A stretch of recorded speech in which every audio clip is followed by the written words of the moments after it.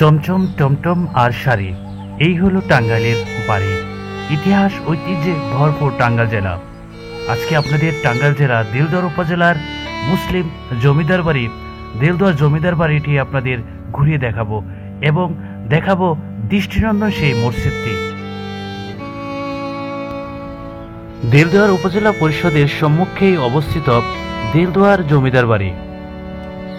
দেলদুয়ার জমিদার বাড়িটি অনেকের কাছে নর্থ হাউস নামেও পরিচিত। তবে জমিদার বাড়িটি কবে বা কখন প্রতিষ্ঠিত হয়েছে সেই সম্পর্কে কোনো তথ্য পাওয়া যায়নি।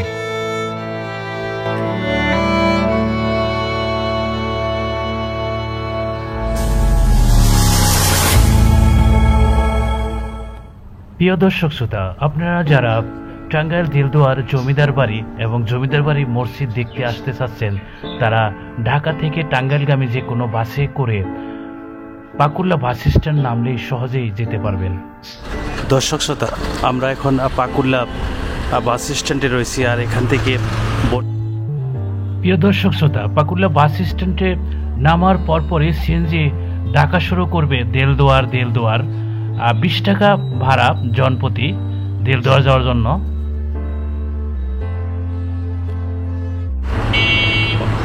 সিএনজি রয়েছে। দর্শক শ্রোতা, পাকুল্লা বাস স্ট্যান্ড থেকে দেলদুয়ার যাওয়ার জন্য সিরিয়াল মাফিক সিএনজি গুলো 5-7 মিনিট পর পরই ছেড়ে যায় দেলদুয়ারের উদ্দেশ্যে। দেলদুয়ার উপজেলা উত্তরে টাঙ্গাইল সদর এবং বাসাইল উপজেলা, দক্ষিণে নাগরপুর উপজেলা, পূর্বে মির্জাপুর উপজেলা, পশ্চিমে নাগরপুর এবং টাঙ্গাইল সদর উপজেলা। এই উপজেলায় পরতে পরতে গ্রামীণ দৃশ্যপট চোখ জুড়িয়ে যায়। দর্শক শ্রোতা, মৌলভীপাড়া বাজার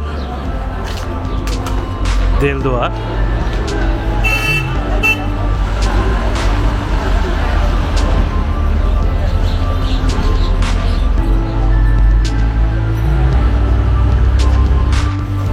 দর্শক শ্রোতা, আমি দেলদুয়ার দক্ষিণ বাজার রয়েছি। আর এই বাজার থেকে খুবই সন্নিকটে দেলদুয়ার জমিদার বাড়ি। হেঁটে আপনার 3-4 মিনিটের মধ্যেই যেতে পারবেন। দক্ষিণ বাজারের সামনেই আপনারা এখানে একটি ব্রিজ দেখতে পারবেন। এই ব্রিজটি অতিক্রম করে আপনাকে যেতে হবে।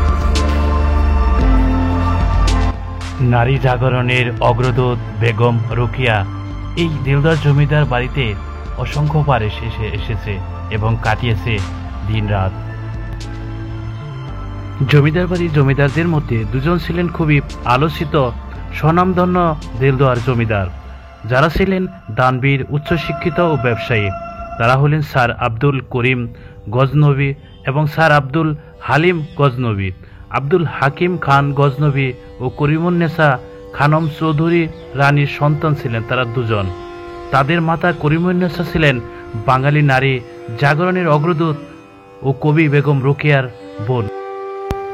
দেলদুয়ার জমিদার বাড়িটি অনেকের কাছে নর্থ হাউস নামেও পরিচিত।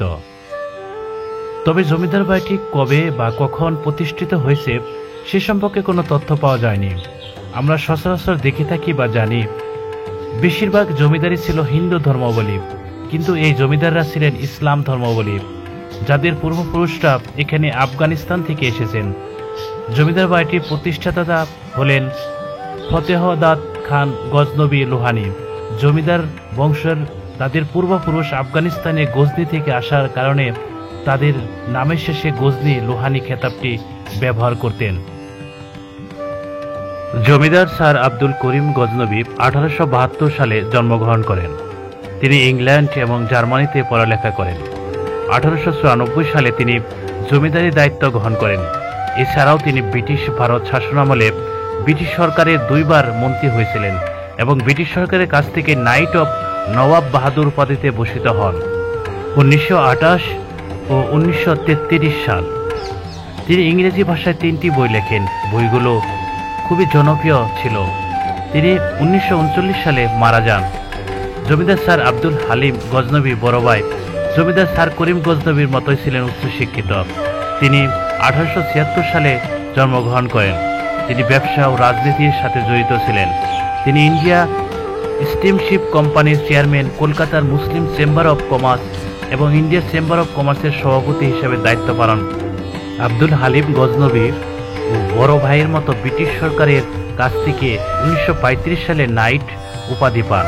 মৃত্যুর 4 বছর আগে তিনি কলকাতা থেকে দেলদুয়ার জমিদার বাড়িতে ফিরে আসেন এবং সেখানেই 1953 সালে মৃত্যুবরণ করেন। 1947 সালে দেশভাগের পর জমিদার প্রথা বিলুপ্ত হলে এই জমিদার বাড়ির জমিদারদের সমাপ্তি ঘটে।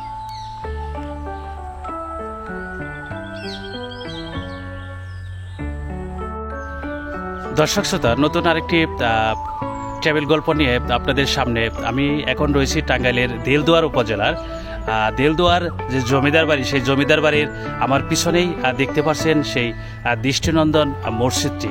আজকে আপনাদের এই দৃষ্টিনন্দন মসজিদটি দেখাবো। দর্শক শ্রোতা, জমিদার বাড়ির পুকুরের ঘাটলা, সেই ঘাটলাটি যদি দিকে একটু নজর দিই আমরা, এত ঐতিহাসিক এই মুসলিম জমিদার বাড়িটি, এখানে অনেক জ্ঞানীগুণী জমিদার থাকতো, কিন্তু সেই দেলদুয়ার জমিদার বাড়িটি আজকে শুধু যে ভবনটি টিকে থাকলেও সেগুলো আস্তে আস্তে বিনষ্টের পথে। বিশেষ করে এখানে যে পুকুরটি, দিঘিটি দেখতে পাচ্ছেন, এখানে বেশ কয়েকটি দিঘি রয়েছে দেলদুয়ার জমিদার বাড়ির, কিন্তু আজকে এই ভবনগুলো এতটাই জরাজীর্ণ অবস্থায়, এই পুকুরের ঘাটলাটি যা দেখলে অনেকটাই খারাপ লাগে যে এগুলো যদি একটু যত্ন করা হতো তাহলে আজকে এই অবস্থা দাঁড়াতো না।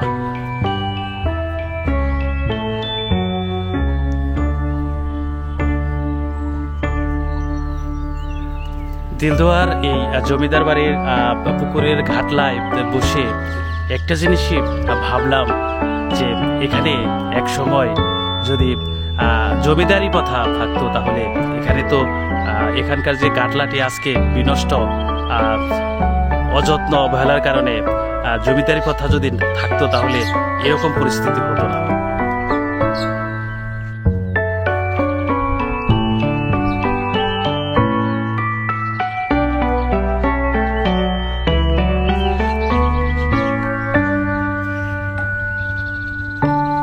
দর্শক শ্রোতা, আজকে আপনাদের দেখাবো সেই মসজিদটি, দেলদুয়ার জমিদার বাড়ি যে মসজিদটি দেখার জন্য অনেকেই কমেন্ট করেছিল যে মসজিদটি, যে কারণে আজকে জমিদার বাড়ি, দেলদুয়ার জমিদার বাড়ি ব্লগ আমি বেশ কয়েকবার দিয়েছি, দেখাইছি, কিন্তু মসজিদও দেখাইছি, কিন্তু সেই মসজিদটি আজকে এমনভাবে আপনাদের সামনে তুলে ধরবো এবং মসজিদের যে অপরূপ সৌন্দর্য, সেই সৌন্দর্য আপনাদের আজকে দেখাবো।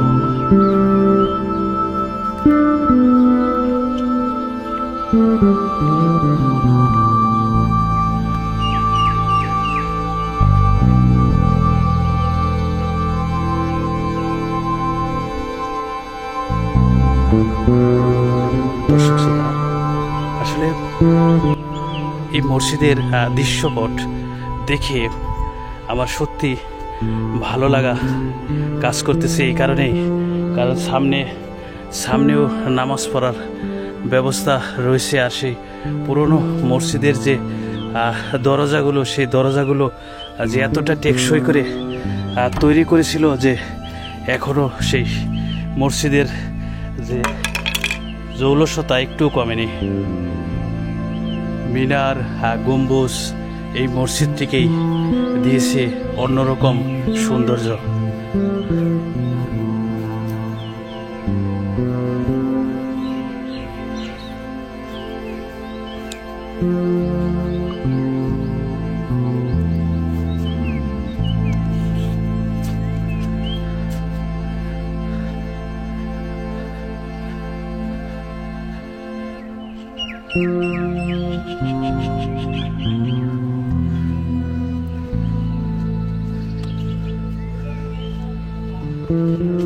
বড় বড় পিলারগুলো সামনে, কি সুন্দর যে কারুকার্য খচিত দেয়ালে দেয়ালে মসজিদের।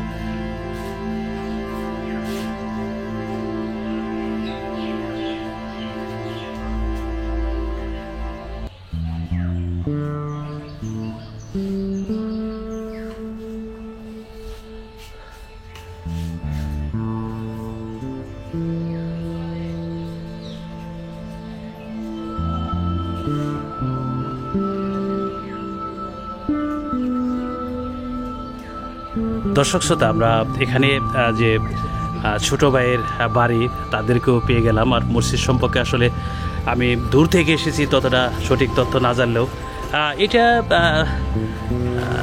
আপনাদের যে বাপ দাদা যারা তাদের কাছ থেকে শুনছেন, এটা মসজিদটা কিভাবে তৈরি করছে? এই মসজিদটা প্রায় 100 বছর আগে তৈরি হয়েছে, আমার দাদার আমলে শুনছি আমি।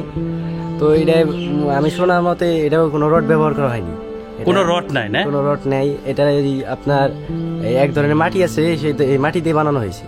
তো এটা এখন বর্তমানে যে তারাবির নামাজ এখান তো হয় না? জি জি হয়। কিরকম লোক হয় এটার মধ্যে?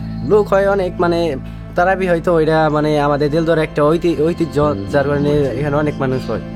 তো আপনার তো ইয়ং জেনারেশন, তো এই যে জমিদার বাড়িটা তো অযত্নর কারণে তো প্রায় নষ্টের পথে, যেমন পুকুরের ঘাটলা, এগুলোকে সংস্কারের জন্য আপনারা চান না যে আপনাদের যে এই ঐতিহ্যবাহী ঐতিহাসিক এই জমিদার বাড়িটি টিকে থাকুক? যে এটা অবশ্যই চাই, কিন্তু এটা যে জমিদারের যারা এদের দেখশন করে তাদেরকে এটা দেখা দরকার, কিন্তু তারা এটা বেশি গুরুত্ব দেয় না, কারণ এটা এখন প্রায় পরিত্যক্ত।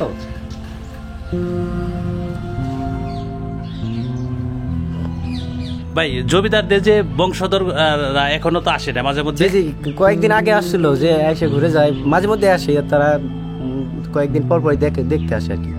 এটা তো শিক্ষিত ছিল খুব জি জি, তখনকার সময়। অবশ্যই শিক্ষিত ছিল। তার রাজা যে ছিল, জমিদার ছিল, সেও অনেক শিক্ষিত ছিল। তার পরিবার যে তার এই যে প্রজন্ম, তারা অনেক শিক্ষিত। এই জায়গায় যে থাকতে বললেই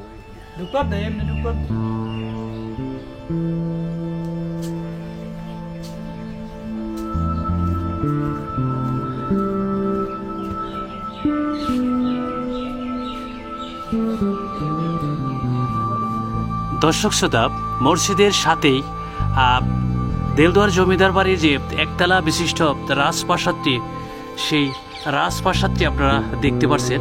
আর এই ভিতরে গাছগাছরা বেষ্টিত দেলদুয়ার জমিদার বাড়ির সৌন্দর্য বহুগুণ বাড়িয়ে দিয়েছে। এখনো ভিতরের সেই একতলা বিশিষ্ট রাজপ্রাসাদটি এখনো কালের সাক্ষী হিসেবে দাঁড়িয়ে রয়েছে। আসসালামু আলাইকুম চাচা, ভালো আছেন না? চাচা ভালো আছেন তো? এখন তো এই জমিদার বাড়িটা আপনি দেখাশোনা করেন, তাই না? দর্শক শ্রোতা, এটাই দেলদুয়ার মসজিদের পাশে দেলদুয়ার জমিদার বাড়ির জমিদারদের পূর্বপুরুষ জমিদাররা এখানেই ঘুমিয়ে রয়েছে, সেই কবরস্থানটি দেখতে পাচ্ছেন।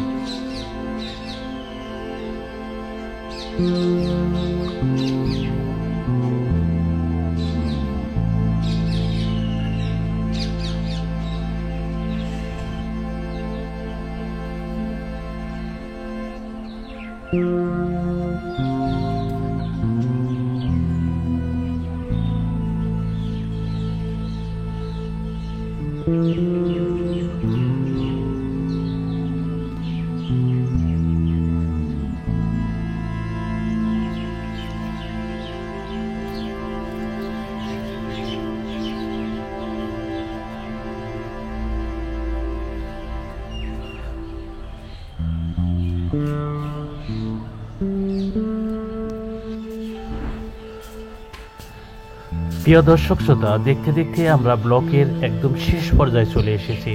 এরকম নতুন নতুন ব্লগগুলো আপনাদের সামনে দেওয়ার জন্য আপনারা যদি একটু উৎসাহ, লাইক, কমেন্ট করেন, তাহলে আমি উৎসাহিত হয়ে নতুন নতুন জায়গা ঘুরে বেড়াবো।